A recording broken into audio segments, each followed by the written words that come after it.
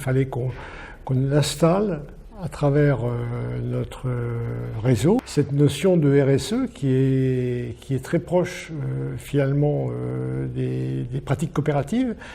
Et il fallait qu'on travaille sur la culturation des scopes et des SIC sur les principes de la RSE. Et on a décidé pour ça de monter une commission composée d'élus et de permanents du mouvement, des élus régionaux et nationaux.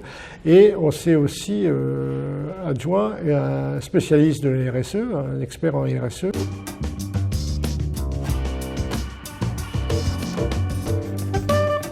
Donc on a déterminé des indicateurs de la RSE pour pouvoir être en capacité de communiquer d'abord dans notre mouvement, mais aussi à l'extérieur, sur les pratiques RSE, des scopes et des SIC dans le mouvement.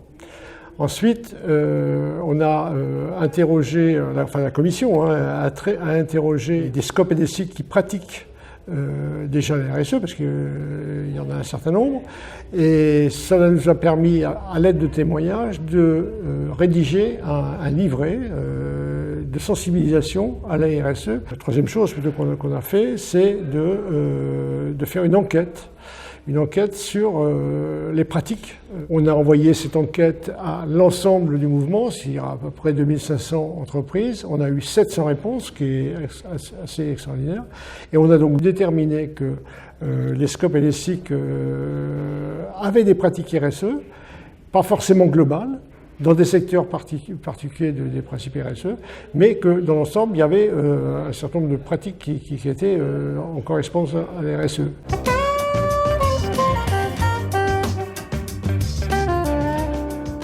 On a fait des formations sur les principes RSE, sur les labels RSE, sur la discrimination, enfin un certain nombre de thématiques qui ont été développées. On a mis aussi sur un site, on a mis à la disposition des UR et des scopes et des SIC un annuaire de spécialistes RSE qui sont en capacité d'accompagner nos scopes et des SIC dans une démarche RSE.